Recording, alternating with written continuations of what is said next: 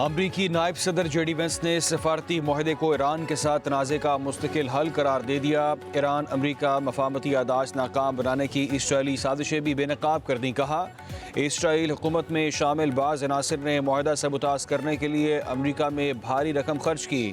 امریکہ ایران کے خلاف زمینی فوج نہیں بھیجے گا۔ ایران سے مذاکرات کی مخالفت کرنے والوں کے پاس غیر مؤثر بمباری کے سوا کوئی حقیقت پسندانہ منصوبہ نہیں۔ امریکہ کی ترجیح آپ نے ہرمز کو کھلا رکھنا اور عالمی تیل و گیس کی بلا تعطل ترسیل یقینی بنانا ہے۔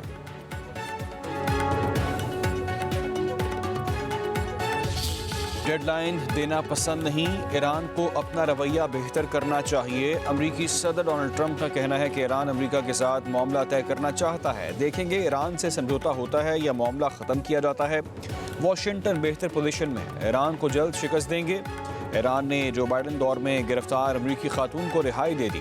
تہران کے خیر سگالی جذبے کو سراہتے ہیں۔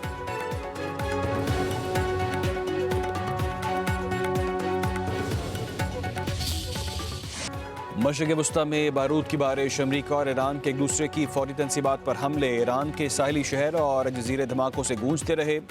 امریکی فضائیہ نے ایرانی کمانڈ مراکز، چابہار، بندر عباس اور قشم جزیرے کو نشانے پر لے لیا۔ ایران کے دفاعی نظام پر بھی وار، کینسر چلڈرن اسپتال پر میزائل حملہ۔ ایران کی خلیجی ممالک میں امریکی اہداف پر جوابی کارروائی، کویت میں ایئر بس پر میزائل اور ڈرونز برسا دیے گئے۔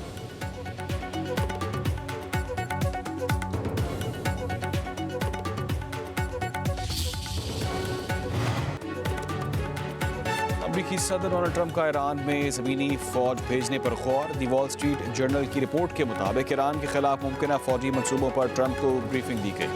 امریکی صدر نے ایران پر دباؤ بڑھانے کے لیے نئے اقدامات کا جائزہ لیا۔ ٹرمپ انتظامیہ کا ایرانی جزائر پر قبضے کے آپشنز پر بھی غور۔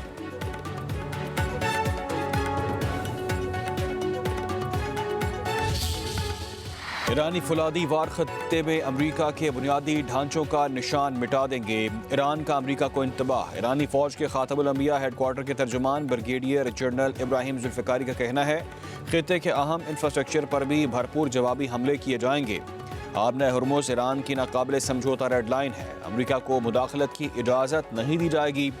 امریکی حملے جاری رہنے کی صورت جنگ کا دائرہ کار وسیع ہو جائے گا، نئے محاذ کھل سکتے ہیں۔ ہمسایہ ممالک یا خطے کی اسلامی ریاستوں سے تصادم کا کوئی ارادہ نہیں ہے۔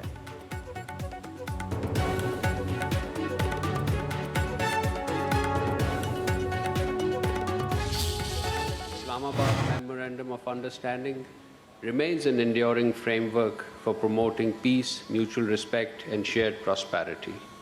While the implementation of MOU is facing challenges, Pakistan will continue to encourage violence and resume technical level talks in accordance with the MOU. Pakistan کا مشرق وسطی کی صورتحال پر تشویش کا اظہار، ترجمان دفتر خارجہ طاہر حسین اندرابی کہتے ہیں تنازع کسی کے مفاد میں نہیں ہے، افریقین تحمل کا مظاہرہ کریں۔ پاکستان مسائل کے حل کے لیے مذاکرات پر یقین رکھتا ہے، اسلام آباد مفاہمتی یادداشت پر عمل درآمد جاری رہنا چاہیے۔ پریس بریفنگ میں بولے کہ تنازع کو میز پر ہی حل کرنا چاہیے، امن و استحکام کے سوا کوئی متبادل نہیں ہے۔ امید ہے افریقین تنازعات کے پرامن حل کے لیے اپنے عزم پر قائم رہیں گے اور آبنہ ہرمز میں صورتحال جلد نارمل ہو جائے گی۔ ترجمان دفتر خارجہ نے کہا بھارت بلوچستان میں دہشت گردی کی حمایت کر رہا ہے۔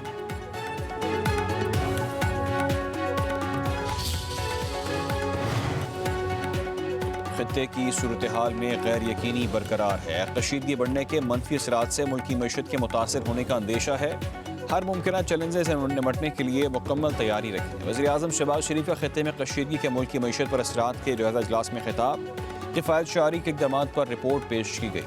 وزیر اعظم شہباز شریف کا کہنا تھا کہ ملکی معیشت مستحکم ہے، کفایت شعاری مہم میں عوام نے بھرپور کردار ادا کیا جس پر تہہ دل سے مشکور ہیں۔ سبسڈی سے ایندھن کی قیمتوں کے اضافے کے اثرات کو مؤثر انداز میں کنٹرول کیا، عام آدمی، موٹر سائیکل سواروں، رکشہ ڈرائیورز اور ٹرانسپورٹرز کے تحفظ کو فراہم کیا۔ صوبائی حکومتوں سے مل کر پیٹرولیم مصنوعات کی مصنوعی قلت پیدا کرنے والوں کے خلاف سخت کارروائی کی جائے۔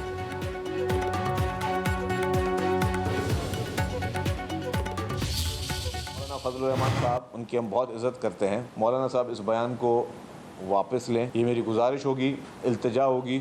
ان کو چاہیے کہ اس طرح کے الفاظات نہ استعمال کریں، اس طرح کے بیانات نہ دیں، ان بیانات کو وہ واپس لیں اور اس میں کوئی کوئی بری بات نہیں ہے, کوئی انسان کا کوئی رتبہ کم اوپر زیادہ نہیں ہو جاتا. اس کے الفاظ واپس لینے سے آپ کی عزت میں اضافہ ہوگا. کوئی آپ کو یہ نہیں کہے گا کہ جی آپ نے جو دیکھے جی آپ جو ہے آپ نے اپنی بیان واپس نہیں کیا. پیپلز پارٹی کی مولانا فضل الرحمان کے شہداء سے متعلق بیان کی مذمت. JUI سربراہ سے بیان واپس لینے کا مطالبہ. سندھ کے وزیر شرجیل انعام میمن کا کہنا ہے ملک کے لیے لڑنے کے جذبے کی قیمت تنخواہ نہیں ہوتی. مولانا فضل الرحمان شہداء سے متعلق بیان واپس لیں, بیان کو انا کا مسئلہ نہ بنائیں. الفاظ واپس لینے سے آپ کی عزت میں اضافہ ہوگا. نیوز کانفرنس میں شرجیل انعام میمن نے کہا شہداء کے بارے میں نامناسب بیان دیا گیا, شہداء کی توہین کی گئی. فضل الرحمان کے بیان سے ہمارے دشمنوں کو فائدہ پہنچا. بیان کو بھارتی میڈیا میں اچھالا گیا. کسی کے کچھ بولنے سے شہداء کا عظیم رتبہ کبھی کم نہیں ہو سکتا. ملک کے دفاع کے لیے پوری قوم متحد ہے. شہداء اور غازی کسی بھی ملک کا سب سے قیمتی اثاثہ ہوتے ہیں.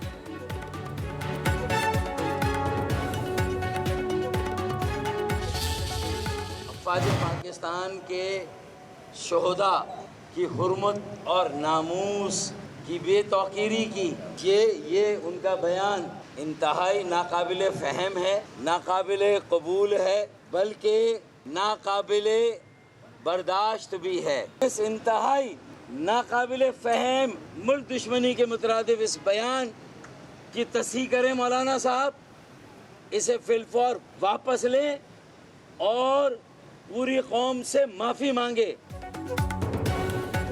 MQM نے بھی مولانا فضل الرحمان سے بیان پر معافی مانگنے کا مطالبہ کر دیا. فاروق ستار کہتے ہیں مولانا فضل الرحمان نے شہداء کی حرمت و ناموس کی بے توقیری کی.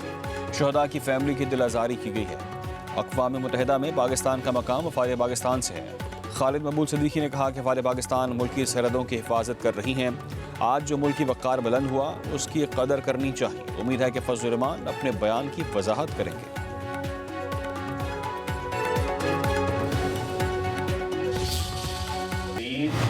کشمیر کے لیے یہ از بس ضروری ہے کہ ایک فری فیئر الیکشن ہو اور کشمیر کے عوام اپنے نمائندے جو ہے وہ منتخب کریں.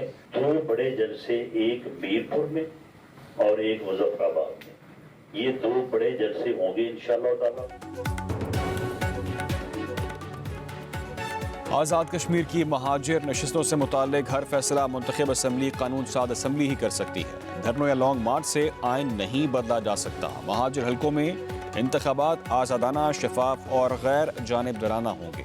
وزیر اعظم کے مشیر رانا ثناء اللہ کا کہنا ہے کہ قلعہ ایکشن کمیٹی آزاد کشمیر کے انتخابات میں رکاوٹ ڈالنا چاہتی ہے. آزاد کشمیر کے عوام کو اپنی حکومت منتخب کرنے کا حق ملنا چاہیے. مہاجرین جموں کشمیر نے قربانیاں دے کر پاکستان ہجرت کی, ان کی نمائندگی ختم نہیں کی جا سکتی.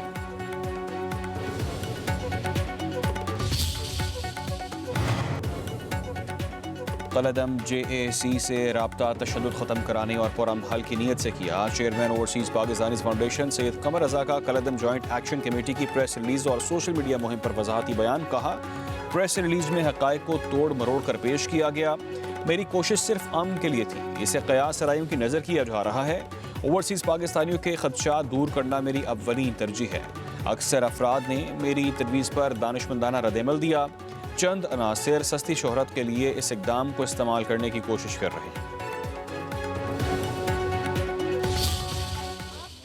بچے ہو ماشاءاللہ, اپنی محنت کی بلبوتے پہ آپ یہ ٹیسٹ پاس کر کے یہاں پر داخلے کے لیے آئے ہو, تو اسٹیٹ کا حق ہے کہ وہ آپ کو وہ سارے مواقع, وہ سارے وسائل مہیا کرے جس کی آپ کو کمی کا سامنا ہے. اور اگر کوئی نہیں کرتا تو وہ اپنی فرض سے غفلت برتتا ہے.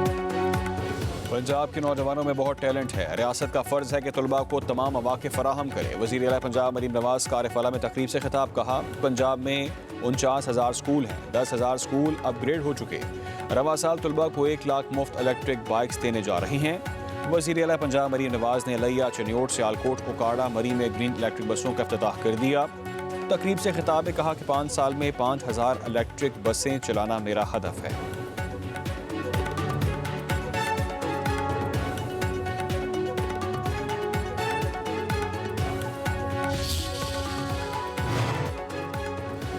پاکستان نے سعودی عرب سے 6.7 ارب ڈالر کی رعایتی آئل فائنینسنگ سہولت مانگ لی۔ 1% شرح سود پر 15 سالہ آئل فائنینسنگ کی خواہش، مجوزہ معاہدے میں 5 سالہ گریس پیریڈ بھی شامل ہے۔